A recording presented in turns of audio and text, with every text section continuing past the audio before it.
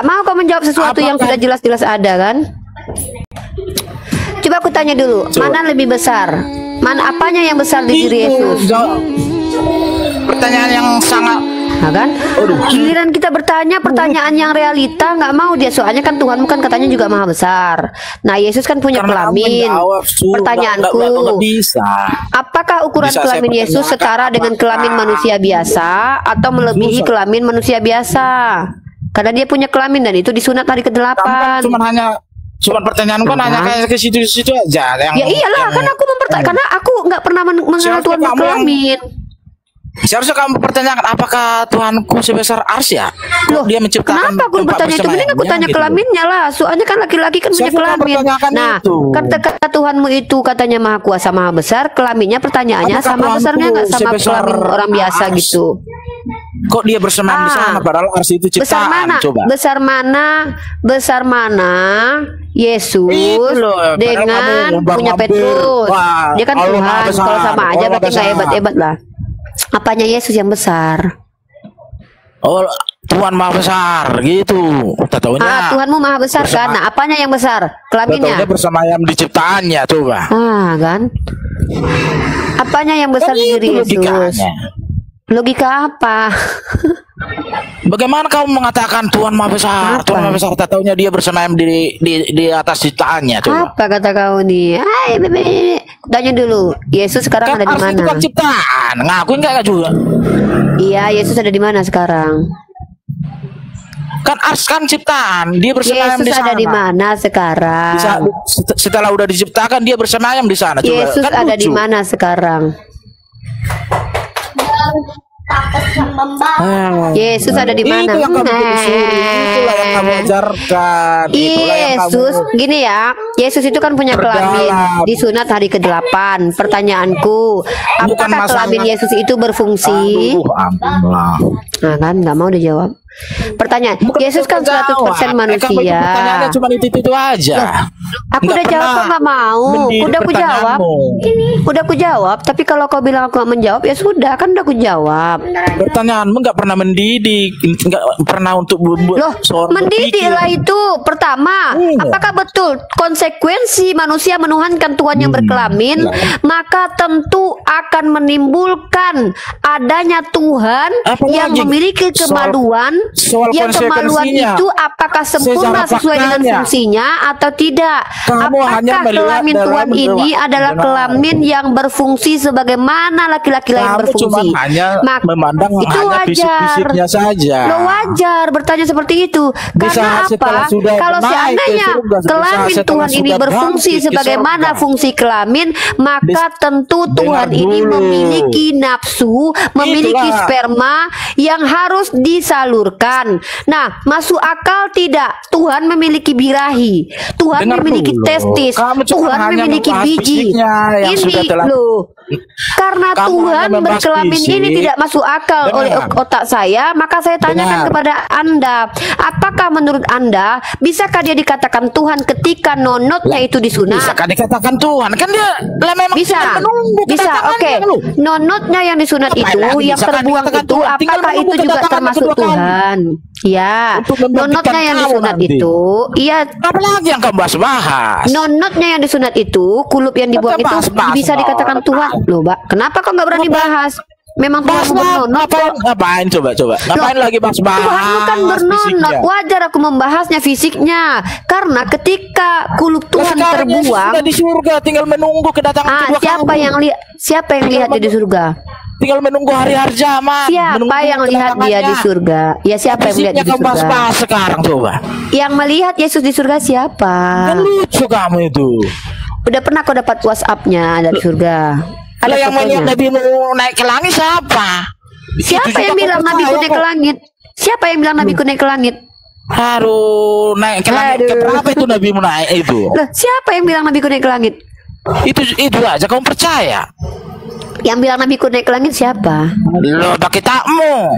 Isra Mi'raj apa itu? Naik ke langit enggak? Coba mana coba tunjukkan. Isra Mi'raj apa itu? Mimpi atau fakta? Ya mana datanya? Coba bacakan Kok datanya. bisa kau percaya itu coba? Iya, Naik ke mana langit. datanya? Mana? Naik ke langit. Bertemu Tuhan. Mana Nabi datanya? itu ditemui Tuhan, bukan bertemu Tuhan. Aku kemarin naik ke langit aku. Sampai aku di Batam, naik ke langit aku. Cuma nabimu yang menemui Tuhan. Loh, Selain siapa itu semua bilang? ditemui Tuhan. Aku udah pernah naik ke langit. Semua Kemarin aku naik ke nabi langit ditemui sampai aku di Tuhannya. Batam.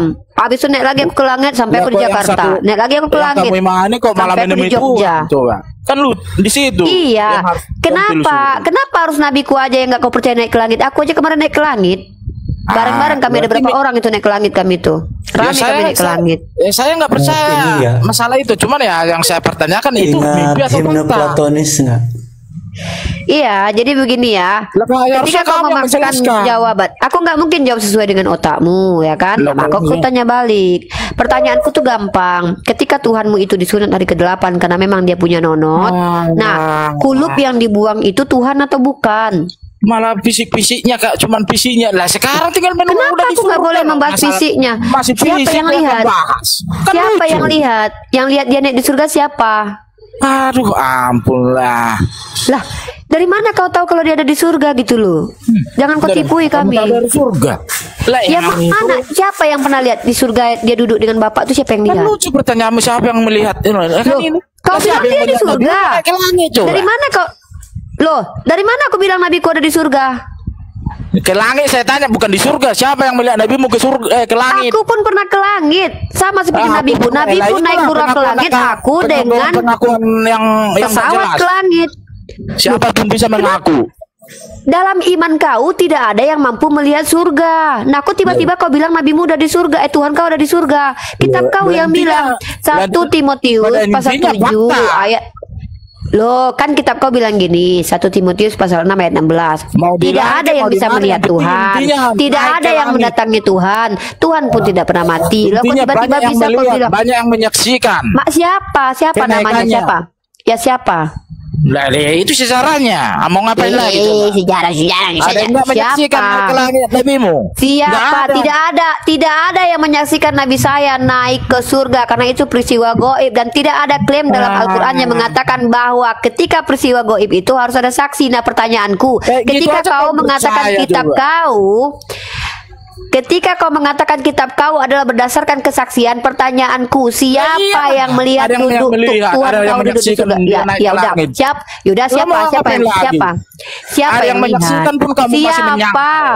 Siapa Giliran yang tidak lihat? ada saksinya, malah kamu Iya, gini loh, agung-agungkan. Nenggolan, dengar Kan ini ya. perbedaan kita. Ada yang menyaksikan loh naik ke langit. Nenggolan, perbedaan kita adalah klaim kau klaim bohong. Kalau kami tidak Loh, pernah kalau mengklaim. klaim Al-Quran bohong, iya. katakan, Klaim bohong itu zalikal tanpa saksi. dengar dulu, zalikal kitab. Kau nggak tahu arti iman apa dalam kitab Ibrani pasal 11 ayat 1? Aduh. Kau aja nggak ngerti kata ibu. Nah, ini. Ibrani pasal 11 Alkitab ayat itu 1. semua punya saksi sejarah. Bohong. Tunjukkan sama aku siapa yang Jadi melihat bukan Tuhan hanya melayang-layang di cerita atas. Oke. bukan hanya cerita Tunjukkan belaka. tunjukkan sama aku siapa yang melihat Tuhan melayang-layang di atas air. Aduh. Ya namanya roh, Siapa bukan Tuhan. yang rohnya. lihat? Kayak Siapa Tuhan itu yang kan lihat roh. Tuhan? Ya, siapa yang lihat Tuhan melayang-layang di atas Tuhan air? tuh nggak tahu roh apa bukan, biar kita balance. Tuhanku nggak butuh roh Membahasnya. karena roh ciptaan. Siapa yang melihat Tuhan Lalu melayang-layang di Tuhanmu atas apa? air? Enggak, jawab dulu, Tuhanmu apa? Tuhanku bukan. adalah zat yang laisa kamisli syai'un. Jadi itu apa, Nah, Jat?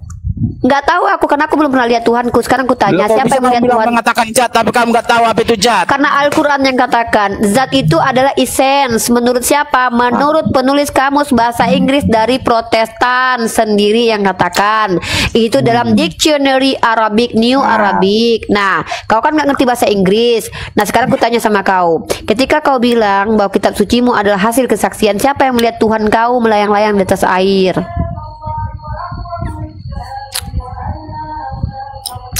Jawab, Nenggolan, jangan kau lari. Siapa yang melihat Apa? Tuhan kau? Apa?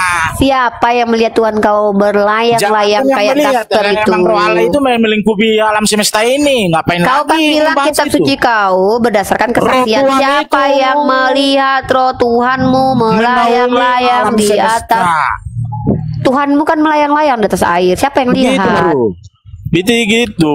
Jadi nggak usah. Nenggolan, Siapa yang janganlah melihat? adu-adu gitu-gitu. Ya. Kau dari tadi aku udah jawab, kau nggak terima. Sekarang Yang giliran aku namanya bertanya roh kau ya nggak nggak menjawab. terlihat. Loh kalau gitu kenapa bisa tertulis kata kau? Berarti kau pendusta. Kau bilang tadi apa? Kitab kau adalah berdasarkan kesaksian. Berarti bohong kau, penipu total kau, penipu kau nenggolan. Ya karena emang roh itu yang melingkupi alam semesta. Kau bilang kitab kau hasil kesaksian. Siapa yang lihat Tuhan? Alam semesta. Kau penipu ya. Nenggolan penipu karena mengatakan kitabnya adalah hasil kesaksian manusia. Aku tanya sama kau, siapa yang melihat roh Tuhanmu melayang-layang di atas air? Lah itu pernyataan Tuhan, roh alam yang melayang-layang di atas air. Sama siapa Tuhan bilang? Sama siapa? Sama Nabi mana? Cuman kita harus berkhidmat. Roh itu apa? Berkhidmat. Dari mana kau tahu kalau Tuhan kau pernah ngomong sama Musa menceritakan bahwa Tuhan kau pernah melayang-layang di atas air? Dari mana kau tahu? Bagaimana mau berkhidmat tanpa saksi? Jawab penipu. Dalam Al-Quran kami diperintahkan percaya peristiwa goib. Dalilnya mana? Zalikal kitabul la raiba fihi hudal lil muttaqin allazina yu'minuna bil ghaibi. Kayak mama jualan cabai kau nih. Kayaknya kau betul kataku, nggak tahu siapa bapak kau kayaknya. Mama kau pun nggak mampu menjawab pertanyaan kau. Mak, siapa bapakku? Bapak kau itu loh, si Cahyono loh. Nggak mungkin mak, nggak tahu aku. Nggak pernah aku lihat bapakku meniduri mama sehingga lahirlah aku. Nggak mungkin, nggak percaya aku bapakku si Cahyono. Cahyono nama bapak kau, nenggolan. Nggak percaya aku mak. Mana buktinya mama malam pertama? Aku nggak diajak malam pertama. Biar aku lihat itu betul nggak hasil sperma bapak aku. Betul bapak kau Cahyono nggak percaya, nggak nyambung mama. Aku tanya mana buktinya kalau bapak aku yang menggauli mama, kenapa aku nggak ada waktu itu? Nggak tahu lah mama mati aja lah kau nenggolan, kata mama kau. Kayak gitulah mama kau mungkin. Silapet. Capek mama kau menghadapi kau kayaknya. Serius nenggolan. Cobalah kau bawa mama kau ke atas sini biar kau ngomong sama Eda, sabar ya Eda ya, Opung sabar ya Opung. Kayak gitu memang ujian punya anak kayak si nenggolan ini, ya kan? Gini. Pertama, jadi anak kayak nenggolan ini memang sulit. Kenapa? Eda juga yang dulu. Kenapa Eda kasih dia minum air ketuban? Lahir orang kayak si nenggolan ini. Supaya argumen saya nggak kedengaran gitu ya. Apa argumen kau? Tahu kau argumen apa artinya? Apa arti argumen? Apa argumen kau? Kita sama-sama meneliti. Apa sama-sama? Apa nggak mau sama-sama kayak kau? Pede kali dia nyama-nyama. Nauzubillah min zalik. Aku sama-sama kayak kau menuhankan manusia berkelamin. Coba. Begini. Maksud saya begini. Sama-sama katanya. Nggak mau aku sama-sama kayak kau nyembah Tuhan berkelamin. Bikin dulu saya percaya. Nggak usah kau percaya. Jangan percaya. Jangan kau percaya karena kau nggak layak. Teman-teman di bawah. Rela nggak kalian kalau orang ini jadi Islam? Coba, bikin dulu saya percaya. Teman-teman Muslim, rela nggak kalian lelaki keledai ini jadi Islam? Nah, penjelasan nggak ada. Ini coba. Jangankan aku nenggolan, mama kau aja nggak bisa membuat kau percaya bahwa bapak kau adalah orang yang menggauli dia. Jika ada yang menceritakan aku naik ke langit, pada saat itu pun pasti istrinya mencari. Pada saat itu pun sahabat-sahabatnya mencari kemana Nabi kita. Terus mama Tuhan kau nggak nyariin anaknya? Lah kok tiba-tiba kemana kehilangan? Iya, kok mama Tuhan kau kok nggak nyariin anaknya, nggak sayang dia sama anaknya, hilang. Itu seharusnya. Waktu umur 12 tahun, umur 12 tahun mamanya Tuhan kau hilang anaknya, dicariin 3 hari 3 malam. Giliran anaknya naik ke surga, mamanya nggak dibawa. Misalkan mamanya nggak nyariin. Detail seperti itulah. Ya. Mama Tuhanmu, kenapa nggak nyariin anaknya ketika naik ke surga? Coba dulu bikin dulu saya percaya. Bagaimana caramu bikin saya percaya itu Islam? Nggak usah. Aku nggak rela kau jadi Islam. Nggak rela aku kau jadi Islam. Jangan, betul. Malu aku kalau orang kayak kau jadi Islam. Biar sadar langsung di sini saya. Di mana cerita bahwa mama Tuhan kau mencari anaknya ketika anaknya naik ke surga? Kenapa mamanya nggak dibawa? Kok durhaka kali itu anak. Dia ke surga enak-enak, mamanya ditinggal di dunia. Gini Pak, percuma kamu bahas-bahas fisik-fisik. Kenapa mama Tuhan tidak diangkat sekaligus dan ditinggalkan di dunia dalam keadaan susah? Membangkitkan dirimu lagi nanti kedatangannya. Ngapain lagi bahas-bahas apa pula fisiknya? Dia aja dibangkitkan, nggak bisa dia membangkitkan aku. Dia aja dibangkitkan loh.